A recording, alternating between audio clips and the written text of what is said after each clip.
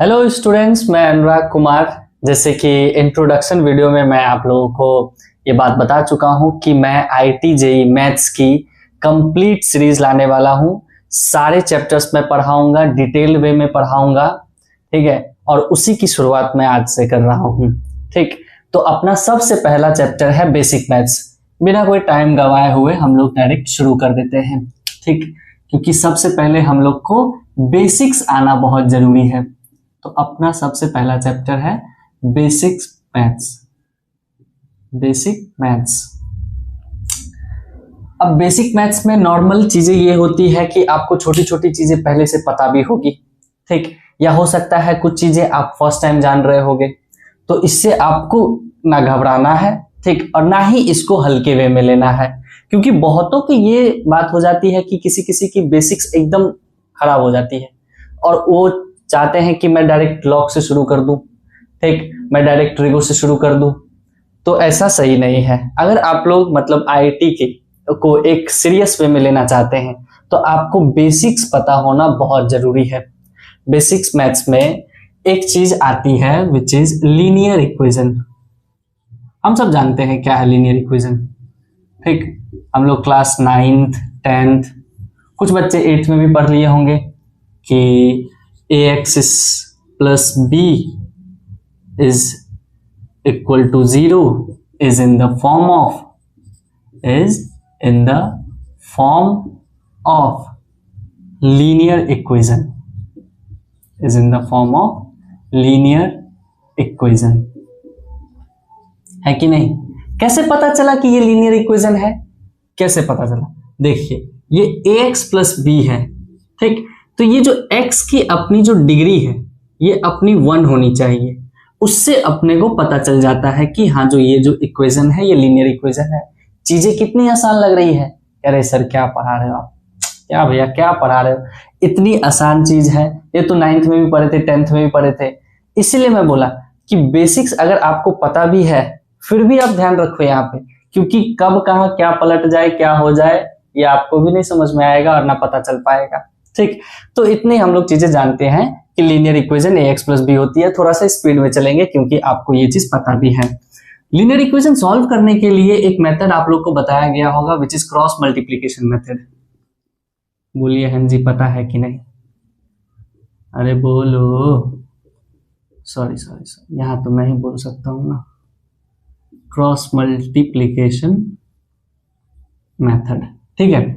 Cross multiplication method में क्या होती है, बहुत सारे मेथड होते हैं लीनियर इक्वेशन सॉल्व करने के लिए। हम लोगों को पता है सब्स्टिट्यूशन मेथड होती है, ठीक, और भी मेथड होते हैं, जिनमें से एक मेथड है अपना क्रॉस मल्टीप्लिकेशन मेथड, जो हमें जरूरत है, ठीक, जिसकी हमें जरूरत है। तो मानिए कि कोई एक हम लोग एग्जाम्पल ले लेते हैं, जैसे 2x plus 3y is equals to 17। 2x plus 3y is equals to 17। और एक है अपना 3x minus 2y is equals to 6। 3x minus 2y is equals to 6। अब सिंपल सा वे समझिए इसको कि इसको सॉल्व कैसे करते हैं। बहुतों को आता है, मुझे पता है, ठीक। स्टार्टिंग के जो 10-15 मिनट बच्चे जो पढ़ेंगे, ठीक है, वो तो कहेंगे सर क्या ही पढ़ा रहे हो, लगता है फिर से 10th पढ़ रहे हैं। लेकिन फिर भी ध्यान रखो, जरूरी है ये चीजें। इसमें करते क्या है कि हम लोग स्टार्टिंग में x के जो सारे कोएफिशिएंट्स हैं उसको झांप देते हैं। क्या करेंगे, x के जो सारे कोएफिशिएंट है उसको झांप दिए, या एक तरह से समझो कि इसको ऐसे, ठीक, ऐसे झांप दिए, ऐसे कर देने के बाद फिर बचा क्या अपना कोएफिशिएंट 3 और -2, इसको एक जगह लिखिए 3 - 2। फिर ये जब इधर आएगी, ठीक, ध्यान है आपको, ये -17 लिखाएगा, ये -6 लिखाएगा। क्यों? क्योंकि इसको देखिए, इसको हम लोग इस वे में रखेंगे 2x plus 3y - 17 is equals to 0, ठीक। और इसको इस वे में रखेंगे कि 3x minus 2y minus 6 is equals to 0। आई बात समझ में, ठीक। तो हम लोग क्या करते हैं, पहले x को छाप देते हैं, ठीक, इसको ऐसे बंद कर दिए, और अपना कोएफिशिएंट क्या बचा, y का एक 3 आया और -2 है, 3 और -2 लिख दिए। फिर कांस्टेंट अपना क्या है, कांस्टेंट अपना -17 -6 है, ना कि 17 और 6 रख लेना, ध्यान रखना ये चीज। अपना कांस्टेंट क्या है, -17 -6, ठीक।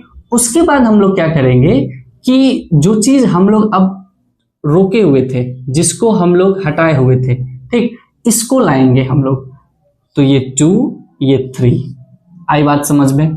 ठीक। और एक यहाँ पे रूल होती है कि जिससे आपने शुरू किया है भैया, उससे आपको इसको क्लोज भी करना पड़ेगा।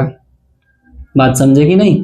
कि जिससे आप इसको ओपन किए हो उससे आपको इसको क्लोज भी करना पड़ेगा। तो आया क्या? 3 और -2। इसको कैसे सॉल्व करते हैं? इसको सॉल्व करते हैं ऐसे कि पहले इसको इससे मल्टीप्लाई करते हैं और वो चीज x अपॉन करके लिखी जाती है। क्योंकि देखिए मैं बताता हूं, इस दोनों को हम लोग लिखेंगे, इस दोनों को x अपॉन करके लिखेंगे, फिर इस दोनों को हम लोग y अपॉन करके लिखेंगे और फिर इस दोनों को हम लोग 1 अपॉन करके लिखेंगे, क्योंकि ये अपना कांस्टेंट बना के देगा। ठीक। तो इसको ज्यादा गंदा ना करते हुए अच्छे से हम लोग लिखते ये हैं, ठीक है, कि x अपॉन, ठीक, 6 3 18, ठीक, माइनस का साइन आएगा, -17 इंटू -2 विच इज +34। आई बात समझ में?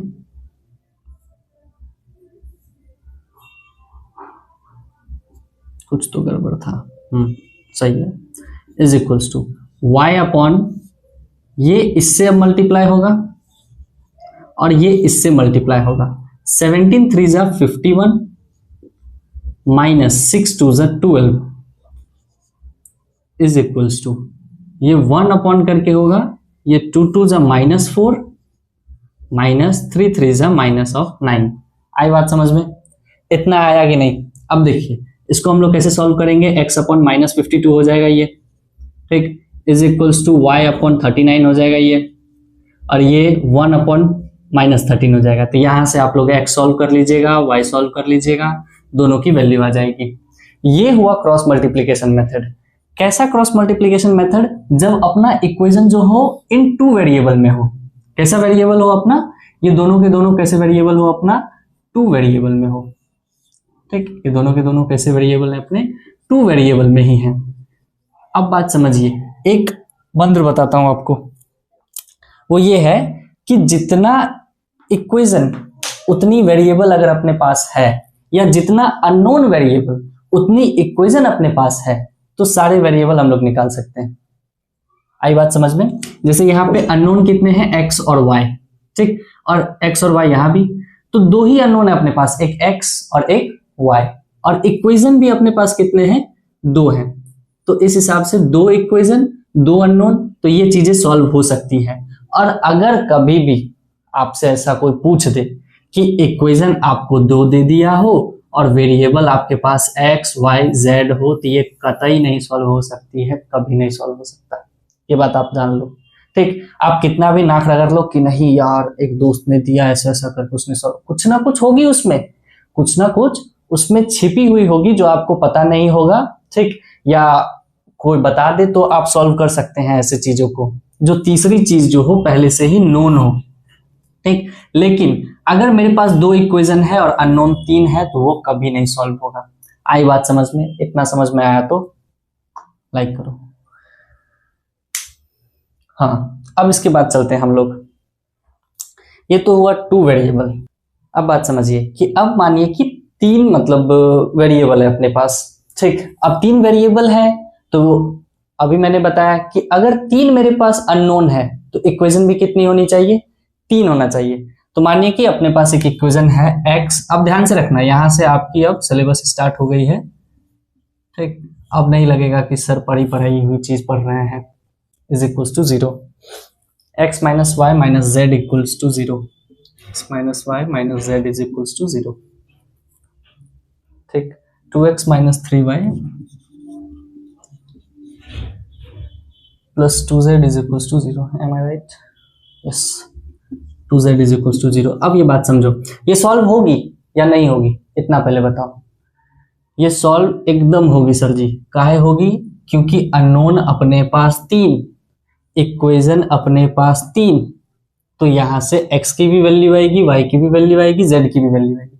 वही अगर मैं इसको हटा देता और यही 2 इक्वेशन रहती, अब कहते कि इसको बता, क्या कर सकते? कुछ नहीं हो सकती सर सॉल्व, पॉसिबल ही नहीं है। ठीक है, तो अब बात इतना समझ में आएगी कि 3 इक्वेशन है, 3 अननोन है, अपने पास सॉल्व हो सकती है। वही क्रॉस मल्टीप्लिकेशन मेथड करेंगे, और ये आपने हो सकता है कभी किया हो। ठीक है, अगर आपने कभी नहीं किया है तो मैं आपको बताता हूं इसको कैसे सॉल्व करते हैं। इसको हम लोग मान लेते हैं इक्वेशन 1 है, ये इक्वेशन 2 है, ठीक। ऐसे क्वेश्चंस में क्या करते हैं, इन दोनों को सॉल्व करते हैं और इन दोनों को सॉल्व करके इस तीसरे में पुट कर देते हैं। क्या कह रहे हो सर, कुछ हवा नहीं लग रहा? ठीक, लगेगी 2 मिनट लगेगी अभी। इतना तो अपने को सॉल्व करने आता है कि सर अगर 2 इक्वेशन है तो उसका क्रॉस मल्टीप्लिकेशन हम लोग कैसे कर सकते हैं, उतना तो हमको आता है। क्या करना होता है उसमें, क्या करते हैं कि हम लोग इसको ढक देते हैं। क्या करते हैं, इसको ढक दिए, झांप दिए, इन बिहारी में हम लोग झांप दिए, ढक दिए। बचा क्या कांस्टेंट अपने पास, -2 -1। इधर से क्या बचा 3 -1, ठीक। ये तो अपने पास है नहीं, अब जब नहीं है तो ये क्या होगा, इसको हमको ढकना भी पड़ेगा।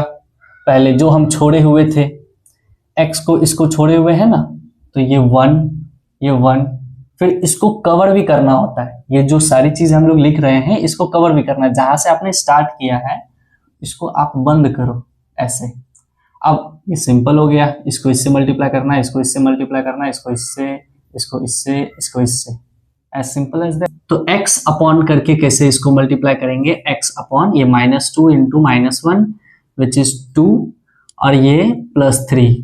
थोड़े से तेजी में कर लेता हूं, ठीक है। y इज इक्वल्स टू ये 3 -1 which is +1 is equals to z upon ये 1 और ये हो जाएगा अपना ये -1 ये +2। समझ में आई बात? ये x अपॉन 5 हो गया, ये y अपॉन 4 हो गया और ये is equals to z upon 3 हो गया। ये चीज आई बात समझ में? इतना जब समझ में आ गया तब अपने पास एक मंत्र बताता हूं, वो ये है कि अगर एक इक्वल टू से ज्यादा आ गया अपने पास, क्या बोले भाई, क्या बोल दिए आप, कि एक इक्वल टू से ज्यादा इक्वल टू अगर अपने पास आ जाए तो हम लोग चीजों को k से खेलते हैं। कैसे खेलते हैं भैया, k से खेलेंगे, ठीक। कैसे कैसे, ये क्या है सर, k है क्या, ठीक। k अपना कांस्टेंट है कुछ भी, तो जब x/5 इस k के इक्वल होगा तो x is equals to 5k हो जाएगा। इतना चीज समझ में आया कि नहीं? जब ये भी, ये सारे तो इक्वल है एक दूसरे से, तो ये y/4 भी k से जब इक्वल होगा तो y is equals to 4k हो जाएगा। जब z/3k के इक्वल होगा तो z is equals to 3k हो जाएगा। इतना बात आई समझ में नहीं की? अब ये चीज है कि अब याद करो कि भैया आपने कहा था शुरू में जाना, शुरू में, ठीक। शुरू में जाओ, शुरू में क्या कहा था मैंने कि इस दोनों को सॉल्व करके, ठीक, इस तीसरे इक्वेशन में पुट करना है। भैया हम इस दोनों को सॉल्व किए, 5k आया x की वैल्यू, y की वैल्यू 4k आया, z की वैल्यू 3k आया, पुट कर दो यहाँ पे, ठीक। यहाँ पे पुट कर दिए, ये हो गया अपना 10k, ठीक, माइनस ऑफ ये हो गया 12k प्लस ऑफ 2k, नहीं कितना हो जाएगा ये, माइनस ऑफ 12k, ये हो जाएगा 3 2 जा 6k।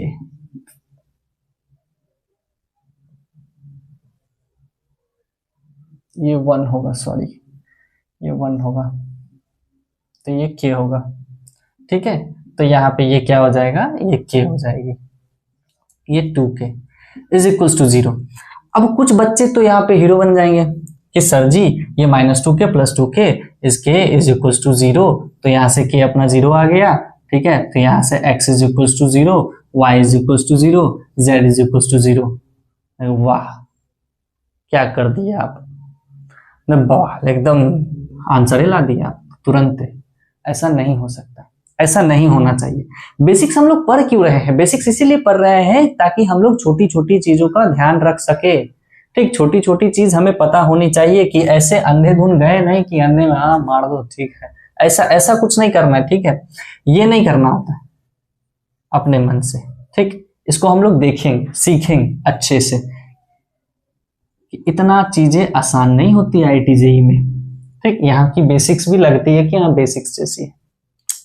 देखिए ये क्या हुआ, -2k प्लस 2k, ठीक, ध्यान रखना। ये क्या हुआ, -2k प्लस 2k। अब ये नहीं कि इसको काट दिए तो 0 आ गया, खत्म, हिस्सा ही खत्म, ऐसा नहीं।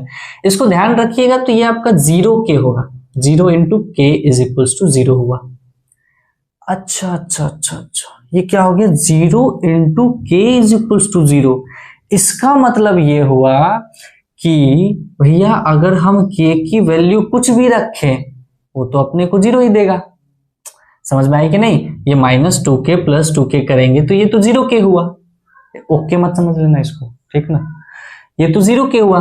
अब ये 0k का मतलब ये हुआ कि 0 × k, तो हम k की वैल्यू कुछ भी रखें वो तो अपने को क्या देगा? 0 ही देगा। तो इसका मतलब ये हुआ कि k की कल को वैल्यू अगर हम 1 दे दें, ठीक, तो ये अपने को 0 देगा, है कि नहीं? k की वैल्यू 2 रखे तो भी अपने को ये तो 0 ही देगा। मतलब ये सेटिस्फाई कर रहा है k की हर एक वैल्यू पे, ठीक है? मतलब k की, अब ये r है, r मतलब रियल नंबर, आगे पढ़ाऊंगा क्या होती है। k की हर एक वैल्यू पे k अपना सेटिस्फाई कर रहा है, ठीक है? इसका मतलब ये हुआ कि यहाँ x 0 भी हो सकती है, y 0 भी हो सकती है, z 0 भी हो सकती है। अगर आप 1 लेते हैं तो x की वैल्यू 5, y की वैल्यू 4, z की वैल्यू 1। अब के अगर आप 2 लेते हैं तो वैसे वैसे x y z अपनी निकलती आएगी, ठीक। मेन चीज ये है कि हम लोग को अंधा बन के नहीं जाना है, ठीक, या भीड़ में नहीं चलना कि इसको काट दिए, हाँ सर जी इसको काट देते हैं 0 हो जाएगी, ठीक, के का हिस्सा खत्म, ये सब भी सारे के सारे 0 हो गए। ऑप्शंस में कहीं ये आ गए तो तब क्या करेंगे, है कि नहीं? चीजें समझनी है, बेसिक्स इसीलिए जाननी है। चलिए आगे बढ़ते हैं।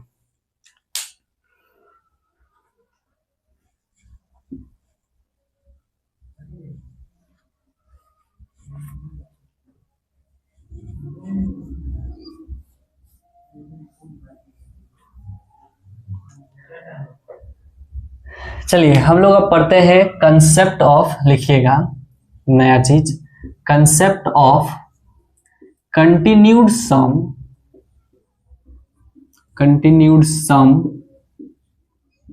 And product. क्या है भैया ये, क्या बता दिए हो, क्या सब बता ही रहे हो आप? चलिए, concept of continued sum and product. Continued sum का मतलब ये हुआ कि कोई भी जो नंबर है, ठीक है, वो कंटिन्यू सम होते जा रही है, ठीक, ऐड होते जा रही है, और उसको रिप्रेजेंट हम लोग क्या करते हैं, कंटिन्यूड सम जो है, ठीक, उसको हम लोग रिप्रेजेंट करते हैं सिग्मा से, और वो ऐसा दिखता है कुछ, इसको हम लोग क्या बोलते हैं, सिग्मा, जिसका मतलब ये होता है समेशन। क्या होता है इसका मतलब? समेशन, मतलब सारी चीजों को सम करना। क्या होता है इसका मतलब? समेशन। सिग्मा का मतलब होता है समेशन। आई बात समझ में?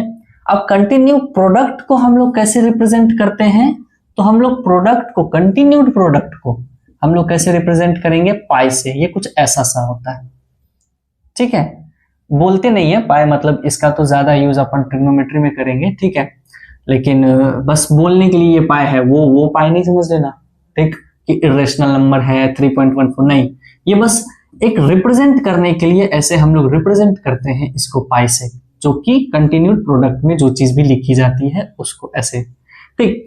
अब समझिए कि ये सिग्मा है क्या, ये कंटिन्यूड सम है क्या, ठीक है, ये चीजें लिखी कैसे जाती है वो चीज हम लोग समझते हैं। तो ध्यान से देखना, अब देखिए ध्यान से कि ये समेशन लिखी हुई है, ए थोड़ा डाउनफॉल में, के तनी के नीचे में के लिखा हुआ है, जहां की k इज इक्वल्स टू 1 से k is equals to n तक, या ये इक्वल टू नहीं भी रहे तो चलेगा, k इज इक्वल्स टू 1 से n तक। इसके कहने का तात्पर्य क्या है? इसके कहने का तात्पर्य ये है कि सर जी जो k की वैल्यू है यहाँ पे, ये जो k है, ये k 1 से शुरू होगा और n तक जाएगा, लेकिन कैसे शुरू होगा? 1 से शुरू होगा और n तक जाएगा, लेकिन उसके बीच में सम आते रहना जरूरी है। कैसे? देखिए, ये अपना a1, ठीक, ये a2 लिखाएगा लेकिन बीच में प्लस, क्यों? क्योंकि समेशन है, ये सम करेगा, ठीक, ये साइन ही क्या करवाएगा? सम करवाएगा। प्लस आगे बढ़ेंगे a3, आगे बढ़ेंगे a4, dot dot dot dot dot, कहां तक? an तक हम लोग इसको सम करेंगे। आई बात समझ में? इस चीज को लिखी कैसे जाती है, ठीक। अब जैसे एग्जांपल मैं बता देता हूं, थोड़ा सा नीचे अगर आप लोग को दिख रहा है तो बताना। Summation of 2 to the power of n, k is equal n is equals to, sorry इसको k कर लो, 2 to the power k is equals to 1 to n। अब इसको कैसे लिख सकते हैं आप लोग, कर सकते हो, इजी है। ठीक, कैसे लिखेंगे कि भैया 2 to the power 1 शुरू हुआ, फिर plus 2 to the power 2 plus 2 to the power 3 plus 2 to the power 4 plus dot dot dot dot dot dot 2 to the power n। ऐसे कर सकते हैं कि नहीं कर सकते? ठीक, ये मैं बस इतना बता रहा हूं कि ये चीजें लिखी कैसे जाती है, बाकी इसका यूज क्या है, कैसे सॉल्व होंगे, ये सब भी मैं बताऊंगा धीरे धीरे। हाँ, अब आते प्रोडक्ट पे। ठीक, प्रोडक्ट पे हम लोग कैसे, प्रोडक्ट कैसे रिप्रेजेंट होती है, वो तो पाई से रिप्रेजेंट होती है। ठीक, अब ये लिखी जाती है कैसे, सेम वैसा ही है, बस उसके बीच में प्रोडक्ट का साइन आ जाता है। ध्यान है, सेम ऐसे अगर एक के लिखा हुआ है, k इज इक्वल टू 1 से n तक लिखी गई है, तो ये चीजें a1 लिखाएगी।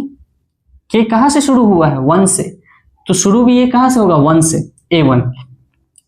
अगला नंबर a2 होगा, क्योंकि 1 के बाद 2, तो अगला नंबर a2 होगा और उसके बीच में मल्टीप्लाई होगी। फिर अगला नंबर a3 होगा, फिर अगला नंबर a4 होगा, dot dot dot dot dot कहां तक होगा, ये an तक। आई बात समझ में? यही चीज देखिए, ये प्रोडक्ट में है और ये किस में है, ये अपना सम में है। चीजें समझ में आ रही है कि नहीं? ठीक, ये चीज प्रोडक्ट में है और ये सम में है। अब एक एग्जांपल देता हूं कि आप देखो, ये आप कर सकते हो। ये मानिए कि 2 plus x to the power n और n इज इक्वल्स टू 1 से लेके 60। इसको आप लिख सकते हो या नहीं, एक्सप्रेशन भले कुछ भी हो, कैसा भी हो, कैसा भी गंदा दिख रहा हो, ठीक है, कि भारी है, भरकम है, सॉल्व नहीं करना अभी, नॉर्मली आप लिख सकते हो या नहीं? हाँ जी, लिख सकते हैं। कैसे सर जी? तो ये x प्लस 2, ठीक, ये 1 पावर 1 हो जाएगी, मल्टीप्लाई में x plus 2 to the power 2, multiply में x plus 2 to the power 3 dot dot dot dot dot dot x plus 2 to the power n। ऐसे हम लोग लिख सकते हैं।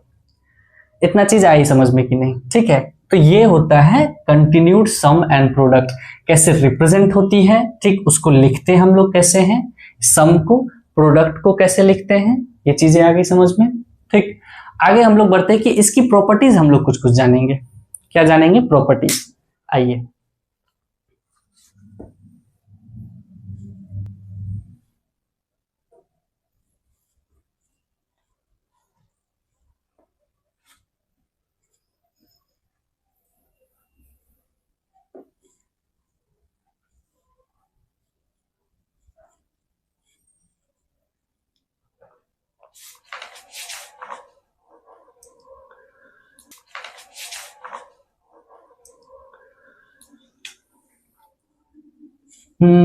इसकी प्रॉपर्टीज क्या है, तो आप लोग लिखिएगा प्रॉपर्टीज इसकी ध्यान से।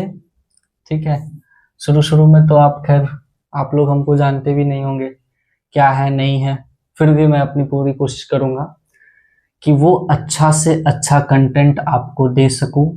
ठीक, जहां पे आप कुछ पे करके पा रहे हो, कोशिश रहेगी कि मैं वैसा कंटेंट या उस लेवल मैच करने की कोशिश करूंगा। अपने तरफ से मैं पूरी मेहनत करूंगा आपके लिए।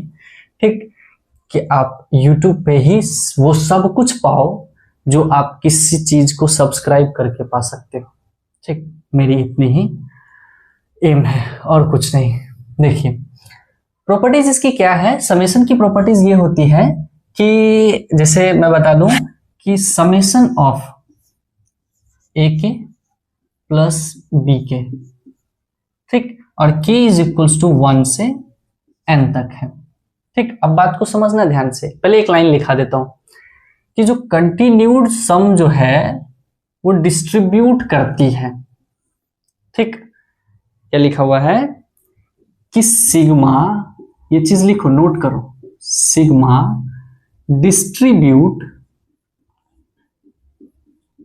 Distributes addition and differences, addition and differences. आई बात समझ में? Sigma distributes addition and differences मतलब, अब भैया मतलब का है इसका, का लिख दिए होई। अच्छा अच्छा अच्छा, मतलब ठीक। देखिए sigma distribute addition and differences मतलब ये है कि अब अच्छा ये एक एग्जांपल आपको मैंने दिया, मानिए मैंने आपको एक एग्जांपल दिया, तो ये तो आपको लिखने आती है, अभी जस्ट सीखे हैं हम लोग, ठीक। तो ये लिखने हम लोग को आती है, तो ये हम लोग कैसे लिख सकते हैं कि ये इक्वल टू में ये कैसे लिख सकते हैं हम लोग, ये a1 प्लस b1 लिख सकते हैं कि नहीं, ठीक। एक अलग कर लेते हैं इसको, फिर अलग कर सकते हैं इसको a2 b2, फिर इसको a3 b3। अच्छा ध्यान रखना ये भी प्लस है, तो ये प्लस अपनी चल रही है, और ये जो प्लस आ रही है, ये प्लस जो आ रही है, ये समेशन, ये सिग्मा की वजह से आ रही है, ठीक। कंफ्यूज नहीं होना है, होगी सब में प्लस ही। तो ये plus dot dot dot dot dot कहां तक चली जाएगी, ये an प्लस bn, ठीक। अब आपका अपने आप थोड़ा ये जलेगा, अगर थोड़ा बहुत है तो थोड़ा बहुत जलेगा, ठीक। थोड़ा बहुत जलेगा तो आपका ये पता चलेगा कि ये a1 a2 a3 ये a4 जो भी हो, ठीक, जहां तक जा रही है ये an तक, ये सारे एक साथ आ सकते हैं। बोलो हाँ जी, अरे बोलो हाँ कि ना, अरे बोल ले भाई। अच्छा आप तो बोल नहीं सकते हो। ये an ये एक साथ आ सकती है, प्लस ये b1 b2 b3 dot dot dot जो भी है ये bn, ठीक, ये एक साथ आ सकते हैं कि नहीं।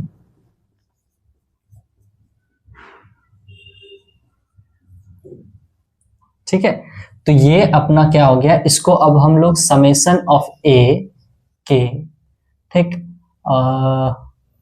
k इज इक्वल्स टू 1 से लेके n plus summation of b के k इज इक्वल्स टू 1 से लेके n तक ऐसे लिख सकते हैं या नहीं।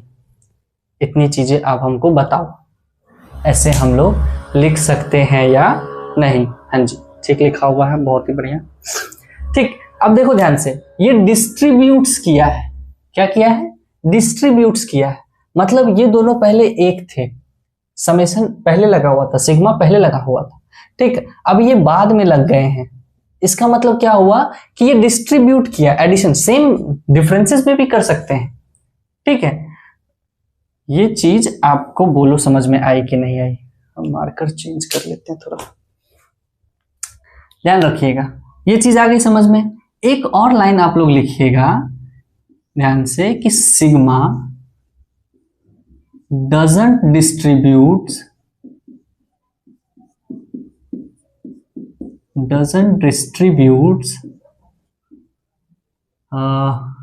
मल्टीप्लिकेशन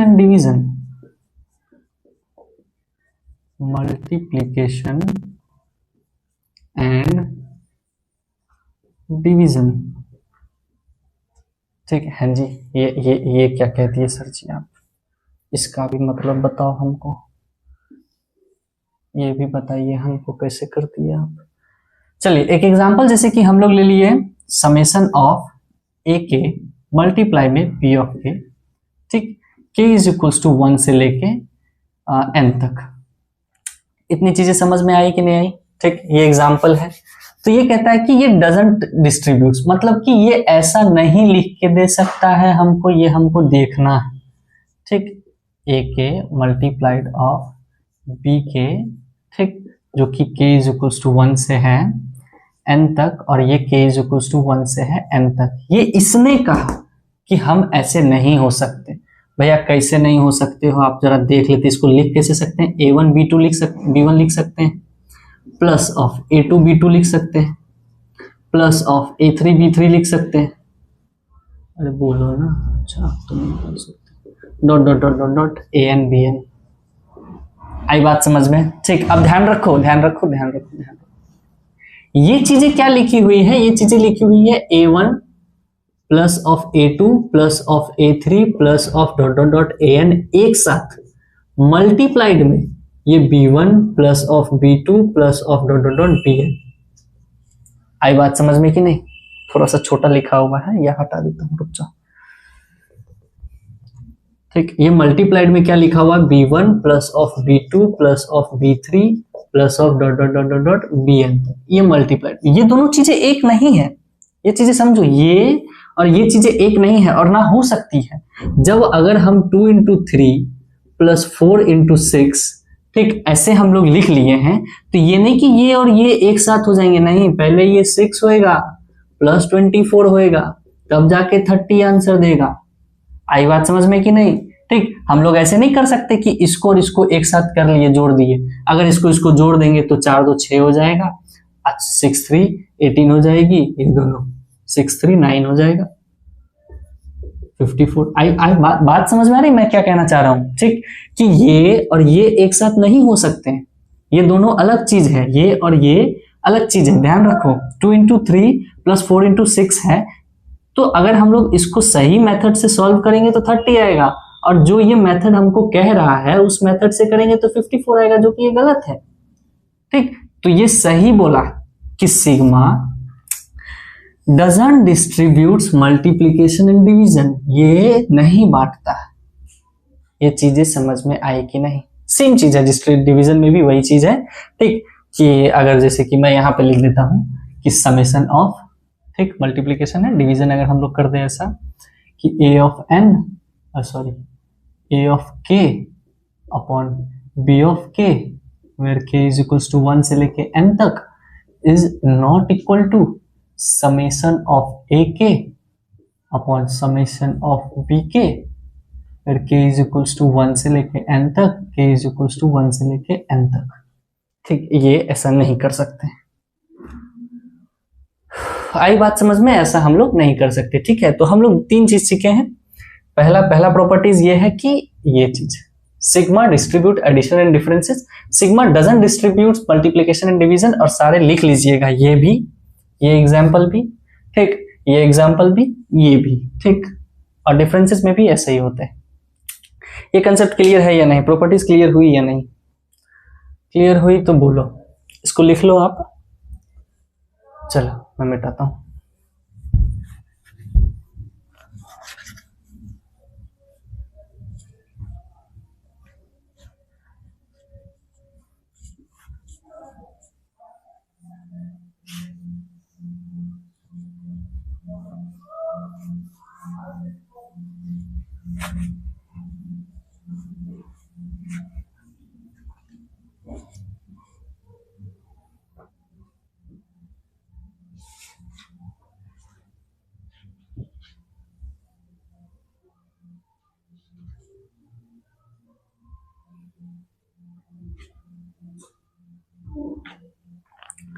चलिए, अब छोटी सी चीज बची हुई है, विच इज, वो तो हमने कर ही लिया, ठीक है, बची रह गई। ठीक, समेशन का तो सारा प्रॉपर्टीज हम लोग जान ही लिए हैं। ठीक है, प्रोडक्ट का भी नॉर्मली हम लोग लिखना तो जानते ही हैं, कैसे प्रोडक्ट लिखाती है। ठीक है, बाकी सब चीज तो अपने को पता ही है। आगे हम लोग चलते हैं। आगे है अपना नंबर सिस्टम। क्या है अपना? Number system. वो हो गया समाप्त। आगे हम लोग चलते हैं विच इज नंबर सिस्टम। ठीक, नंबर सिस्टम में छोटी छोटी चीजें जाननी जरूरी है। वो है क्या? तो सबसे बड़ा, ब्रह्मांड का सबसे बड़ा नंबर कौन सा होता है? Which is complex number. ठीक, कॉम्प्लेक्स की हिंदी भी होती है जटिल। क्या होती है? जटिल। भाई हम जटिल हैं, हम नहीं सुधरने वाले, हम नहीं ठीक होने वाले। आई बात समझ में? कॉम्प्लेक्स नंबर को 2 भाग में बांटा गया है, which is first is real number and second is imaginary number.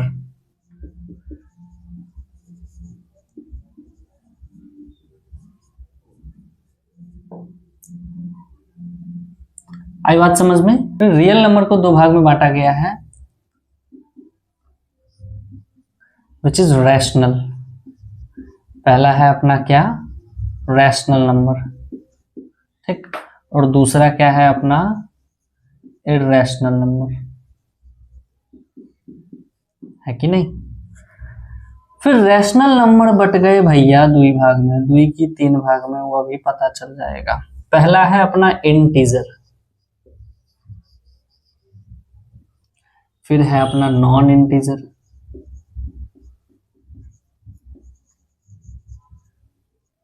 ठीक। इंटीजर भी बटे हैं, कैसे कैसे बटे हैं तो देखिए, एक है अपना पॉजिटिव इंटीजर, शॉर्ट में लिख देता हूं, एक है अपना नेगेटिव इंटीजर, और एक है अपना 0।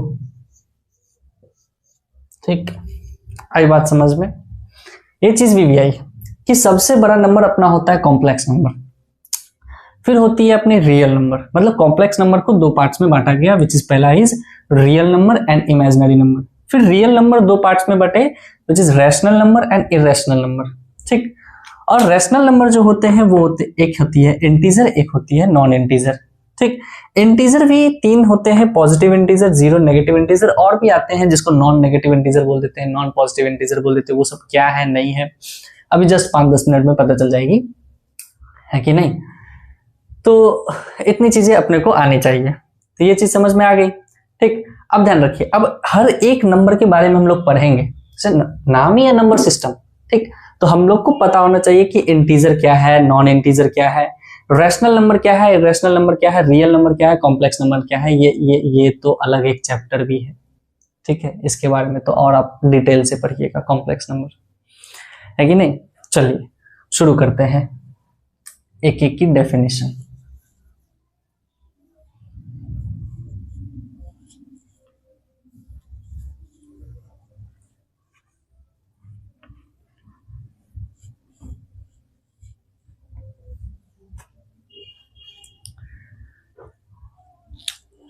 पहला है अपना नेचुरल नंबर।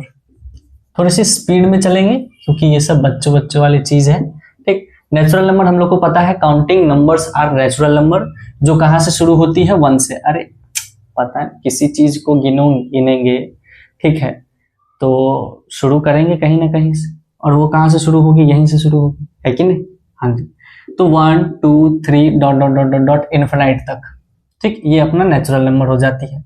क्या? काउंटिंग नंबर्स आर, ठीक है, नेचुरल नंबर। अब क्या हुआ कि किसी दिन मतलब कि जब कुछ नहीं है तो क्या है, जहां कुछ नहीं है वहां होल नंबर है। होल नंबर कैसे भैया? जहां जो चीज जीरो से शुरू हो गई वो होल नंबर हो गई। अगर नेचुरल नंबर में ये चिपक गया तो वो नेचुरल नंबर कन्वर्ट हो जाएगी होल नंबर में, 0 1 2 3 dot dot dot dot dot infinite तक। आई बात समझ में? इतना इतना आया। आगे है अपना इंटीजर। ठीक, इंटीजर। अब इंटीजर जो है ये रिप्रेजेंट होती है आई से, भी इसको रिप्रेजेंट करते हैं, ध्यान रखना ध्यान रखना, आई से भी रिप्रेजेंट होती है, और एक और चीज जेड से भी रिप्रेजेंट होती है। ठीक, कंफ्यूज नहीं होना, जेड से अपना कॉम्प्लेक्स नंबर भी रिप्रेजेंट होता है। ठीक, कंफ्यूज नहीं होना है कि जो कॉम्प्लेक्स नंबर होती है, ध्यान रखना इधर, कि जो अपना कॉम्प्लेक्स नंबर होता है वो भी जेड से रिप्रेजेंट होता है, लेकिन इसकी जेड कटी हुई होती है। अरे एक, अब किताब में लिखने वाला तो लिख देगा ऐसा सही, वो तो ऐसे लिखेगा कि एकदम पता चलेगा कि हाँ कहाँ इंटीजर है कहाँ कॉम्प्लेक्स नंबर। वो तो अपने को समझ में आना चाहिए ना कि कहाँ क्या। यहाँ पे हम इंटीजर की जगह पे जेड भी लिख दिए, बगल में और जेड लिख दिए, कॉम्प्लेक्स नंबर का भी जेड लिख दिए। अब बौख रहे हैं, आ ही नहीं रहा कुछ। हाँ ऐसा तो था, कुछ तो था, ऐसा चीजें क्लियर होनी चाहिए। Main thing is this. ठीक, इंटीजर।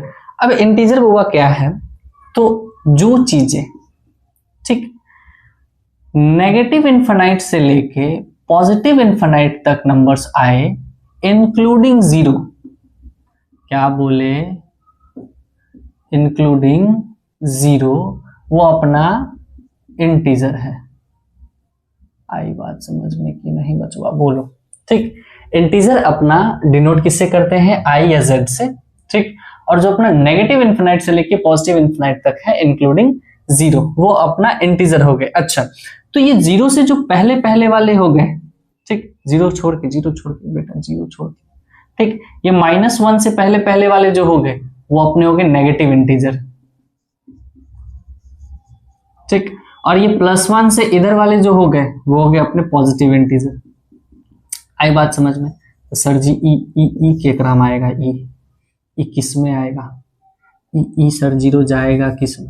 तो देखिए इसी के लिए डिफाइन किया गया है दो चीज, विच इज नॉन नेगेटिव इंटीजर। ठीक है, नॉन नेगेटिव इंटीजर, और एक और चीज डिफाइन किया गया है which is non positive integer.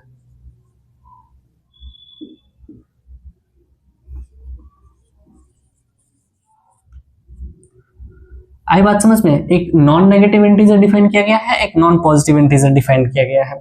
तो नॉन नेगेटिव इंटीजर जो होती है, अच्छा सिंपल सी बात है, जो कह रहा है कि नॉन नेगेटिव मतलब जो नेगेटिव नहीं है, हाँ जी, नेगेटिव नहीं है तो ये सारे के सारे पॉजिटिव है, तो लिख दे क्या पॉजिटिव? नहीं, पॉजिटिव 0 से है। ये चीज थोड़ी समझ में आ रही है कि नहीं? ठीक है, पॉजिटिव कहां से है? 0 से है, मतलब ये 0 से शुरू होगी। नॉन नेगेटिव इंटीजर जो है ये अपना 0 से शुरू होगा, मतलब कि इसकी जो वैल्यू होगी वो अपना 0 से इन्फिनाइट के बीच में होगा। ठीक है, और नॉन पॉजिटिव इंटीजर है, इसका मतलब जो चीज पॉजिटिव नहीं है, जो चीज पॉजिटिव नहीं है वो नेगेटिव है। तो नेगेटिव जो है लेकिन वो 0 से शुरू होगा, तो ये चीजें शुरू होगी माइनस इन्फिनाइट से लेके 0 तक। आई बात समझ में? तो इसके कहने का मतलब ये हुआ कि 0 जो है, ध्यान रखना ये इंपॉर्टेंट चीज है, इसको लिख लो। 0 is neither negative neither positive. आई बात समझ में? बोलो ये चीज आया कि नहीं आया? अरे बोलो भैया। ठीक, समझे? एक बार और बता दो इसको। ठीक, नेचुरल नंबर पता है, होल नंबर पता है, इंटीजर जिसको रिप्रेजेंट करते हैं आई और जेड से। ठीक, जो नेगेटिव इंटीजर होती है अपनी नेगेटिव से लेके -1 तक होती है, जो अपनी पॉजिटिव इंटीजर होती है वो +1 से लेके इन्फिनाइट तक होती है, माइनस इन्फिनाइट से -1 नेगेटिव इंटीजर होती है। जो दो चीज डिफाइन किया गया है, जो एक तो होते हैं इंसान खाली बैठते नहीं है, ठीक, कुछ ना कुछ हम निकालते रहेंगे। इंसान चैन से कैसे बैठ रहा है, हर साल जेईई का पेपर टफ करना जरूरी है, बस यही इन्हीं सब वजह से हो रहा है। कुछ जो धरती पे इंसान है ना, उन्हीं की वजह से हो रहा है। चलिए, ये नॉन नेगेटिव इंटीजर इसके वजह से डिफाइंड हुआ, जहां से नॉन नेगेटिव इंटीजर इसका मतलब ये है कि सारे पॉजिटिव चीजों को लेना है लेकिन इंक्लूडिंग 0 लेना है। नॉन पॉजिटिव इंटीजर मतलब लेना है कि सारे नेगेटिव चीजों को लेना है लेकिन 0 को इंक्लूड करके लेना है। हैं जी, बात समझना है कि जो ज्यादा पढ़े लिखे हुए हैं ये मत सोच लेना कि सर ये क्लोज ब्रैकेट है नहीं तो 0 को कहां से इंक्लूड किए। ठीक, उतना बेटा अभी बुद्धि ना लगाओ। ठीक, सब बताएंगे, चीजों को समझो धीरे धीरे। चलिए आगे बढ़ते हैं। ठीक है, इंटीजर के बाद है अपना रैशनल नंबर। क्या है अपना रैशनल नंबर? अच्छे से बताएंगे उसको, इसको थोड़ा पहले फिनिश करते हैं।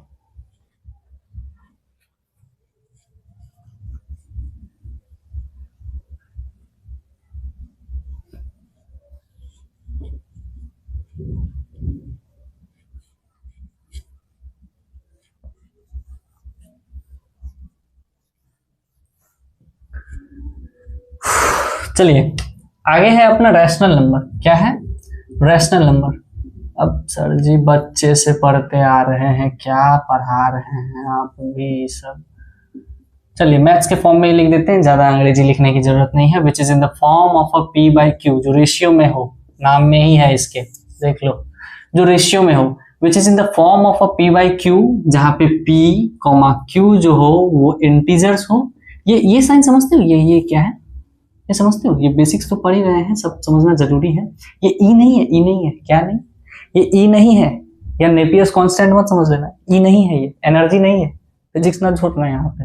ठीक, ये ई है अपना बिलोंग्स टू, इसका मतलब होता है बिलोंग्स टू, मतलब कि पी और क्यू जो बिलोंग कर रहा है वो कहां से बिलोंग कर रहा है? इंटीजर से। जैसे मैं बिलोंग करता हूं बिहार से, इंडिया से। ठीक, वैसे ये P और Q कहां से बिलोंग कर रहा है? इंटीजर से। ठीक, और एक और चीज कि Q अपना 0 नहीं होना चाहिए, है कि नहीं? अब चीजें होगी डेंजर। क्या होगी यहाँ पे? चीजें होगी डेंजर। डेंजर क्या होनी है कि इतना चीज तो रेशनल नंबर बोल देता है कि P और Q रिलेटिव है, मतलब बिलोंग है इंटीजर के, Q अपना इज नॉट इक्वल टू 0, इसका मतलब 2/3। ठीक, ये रैशनल नंबर है। अच्छा, रिप्रेजेंट इसको क्या चीज से करते हैं आप लोगों को पता है कि रैशनल नंबर रिप्रेजेंट होती है अपनी Q से। क्या चीज से? Q से। और वही अपना इर्रेशनल नंबर, जो कि आगे बताऊंगा भी, ठीक, फिर भी अभी जान लो कि इर्रेशनल नंबर अपना रिप्रेजेंट होती है Q' से। क्या चीज से रिप्रेजेंट होता है? Q' से। तो 2/3 अपना रैशनल नंबर है, हाँ जी है, क्योंकि P/Q के फॉर्म में है। ठीक है कि नहीं? P/Q के फॉर्म में है, ठीक, q is not equal to 0 है कि नहीं, ये और ये दोनों के दोनों इंटीजर है, तो ये अपना रैशनल नंबर है। हाँ जी है। 22/7 अपना रैशनल नंबर है कि नहीं है? हाँ जी है, क्योंकि q is not equal to 0 है, p/q के फॉर्म में है, तो ये भी अपना रैशनल नंबर है। पाई अपना रैशनल है या नहीं? ठीक, अब ये चीज बताइए, यहां से क्वेश्चंस खड़ी हो जाती है, यहां से क्वेश्चंस खड़ा हो जाता है कि पाई अपना रैशनल नंबर है या नहीं है। तो पाई अपना रैशनल नहीं है, ये अपना इररेशनल नंबर है। क्यों सर जी, क्यों इररेशनल है ये? ठीक, हम अगर कोई नंबर लेते हैं जैसे कि 5 ले लिए, ठीक, तो ये 5 अपना रैशनल नंबर है। क्यों? क्योंकि डिनोमिनेटर में अपना 1 है, p/q के फॉर्म में है, q is not equal to 0 है, इसीलिए ये अपना रैशनल नंबर है। ठीक, वैसे लेकिन पाई अपना इररेशनल नंबर है, कैसे है? क्यों? अब यहां से खेला चालू होता है डेसिमल का। किसका चालू होगा खेला? डेसिमल का। बात को समझो कि इसके वजह से चीजें में कंफ्यूजन आना शुरू हो जाती है। कंफ्यूजन क्या आना शुरू हो जाती है? ठीक, एक तो अनुराग तो बोर्ड बहुत गंदा करता है, फालतू का भी।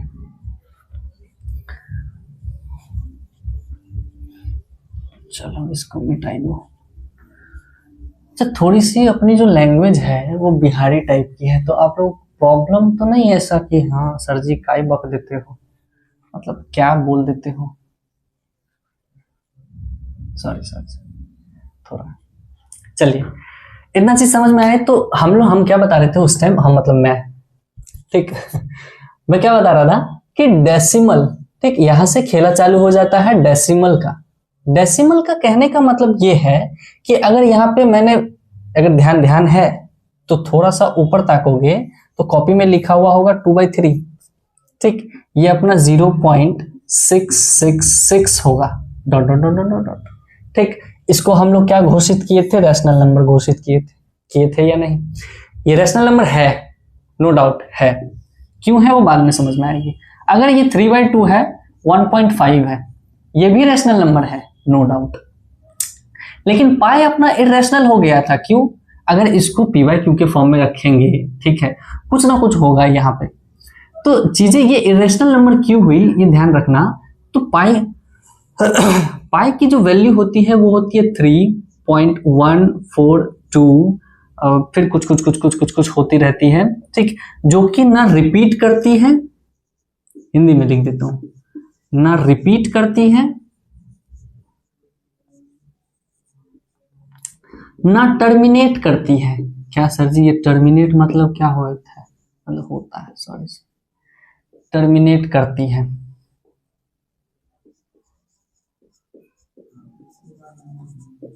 आई बात समझ में कि ना रिपीट करती है और ना टर्मिनेट करती है। रिपीट नहीं करती है इसका मतलब ये है कि जो 1 4 2 5 7 8 9 जो भी लिखा हुआ है कभी रिपीट नहीं करती है। इसको देखो ध्यान से, ये पहला 6, दूसरा 6, तीसरा 6, चौथा भी 6, पांचवा भी 6, छठा भी 6, 6 आते चला जाएगा। तो ये रिपीटिंग है। ये कैसा है? ये रिपीटिंग डेसिमल है। कैसा डेसिमल है? ये रिपीटिंग डेसिमल है, ठीक है। और ये नॉन रिपीटिंग डेसिमल है। ये कैसा डेसिमल है? ये नॉन रिपीटिंग डेसिमल है। चीजें आ रही है समझ में? ठीक, अंतर देखना। अब रैशनल नंबर ये कहता है, ठीक, कि आफ्टर डेसिमल, ध्यान रखना, इसको लिख भी लेना, ठीक, कि आफ्टर डेसिमल अगर नंबर्स अपने पास रिपीटिंग और टर्मिनेटिंग है, और क्या है? टर्मिनेटिंग है। क्या ये दोनों चीज है तो वो चीज अपना रैशनल नंबर है। आई बात समझ में? कैसे? ये रिपीट हो रहा है, ठीक, रिपीट हुआ तो रैशनल नंबर हुआ। ये देखो टर्मिनेट, अच्छा टर्मिनेट होता क्या है? टर्मिनेट मतलब खत्म हो गया। डेसिमल के बाद कुछ नंबर्स आए, नंबर्स के आने के बाद खत्म हो गया। जैसे कि कोई नंबर आया अपना 2.3476, समाप्त, वो कट गया होगा डिवाइड में, ठीक, तो ये अपना दे देगा रैशनल नंबर। क्यों? क्योंकि टर्मिनेट हो गया, खत्म हो गया, चीजें खत्म, इसके बाद कुछ नहीं है, इसलिए ये अपना रैशनल नंबर हो गया। चीजें रिपीट हुई तो अपना रैशनल नंबर दे दिया। आ रही है बात समझ में? चीजें समझ में आ रही है कि नहीं? ठीक। लेकिन लेकिन लेकिन लेकिन अगर अपना नॉन रिपीटिंग नॉन टर्मिनेटिंग है, मतलब चीजें खत्म नहीं हो रही है और ना ही रिपीट कर रही है, ठीक, तो वो चीज अपने को इरेशनल दे देगी। इसीलिए पाई अपना कैसा है? इरेशनल नंबर है। ठीक, इसीलिए आप लोग बचपन में पढ़े भी होंगे, कोई होगा क्लास 9th या 10th में होगा कि 22/7 अपना रेशनल हो जाता है। ठीक, क्यों? क्योंकि ये p बाई क्यू के फॉर्म में है, q is not equal to 0 है। लेकिन पाई नहीं होता, क्यों? क्योंकि पाई की वैल्यू 3.142 समथिंग समथिंग समथिंग ये चालू ही रहती है, इसीलिए ये इरेशनल हो जाती है। चीजें आ रही है समझ में? इतनी चीज। सॉरी स्टूडेंट्स, कैमरा ऑफ हो गया था और उस वजह से थोड़ी वीडियो में ग्लिच हो गई होगी। ठीक, तो हम लोग बातें कर रहे थे, एक नोट्स आप लोग को लिखा रहा था मैं कि आफ्टर डेसिमल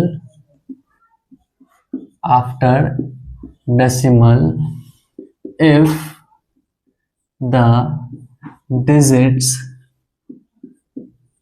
आर रिपीटिंग, क्या बोल रहा हूं मैं? रिपीटिंग एंड टर्मिनेटिंग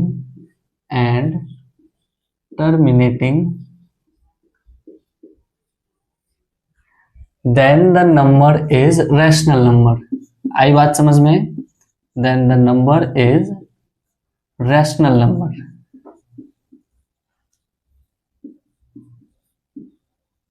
और दूसरा सेम इसका क्या उल्टा क्या हो जाएगा कि आफ्टर, आप लोग लिख लोगे कि after decimal if the digits are NRNT। पता है आप लोगों को NRNT क्या होती है? नॉन रिपीटिंग नॉट टर्मिनेटिंग, मतलब जो ना रिपीट करता है और ना टर्मिनेट करता है। NRNT, then the number is irrational number. तो अपनी आज की लेक्चर यही समाप्त होती है। ठीक, आप लोग जरूर कमेंट में बताइएगा कि आज की लेक्चर कैसी आप लोगों को लगी। ठीक, हम लोग फिर नेक्स्ट वीडियो में मिलेंगे बेसिक मैथ्स के आगे क्या पढ़ना है क्या नहीं पढ़ना है उसके लिए। तब तक के लिए बाय, सी यू, टाटा।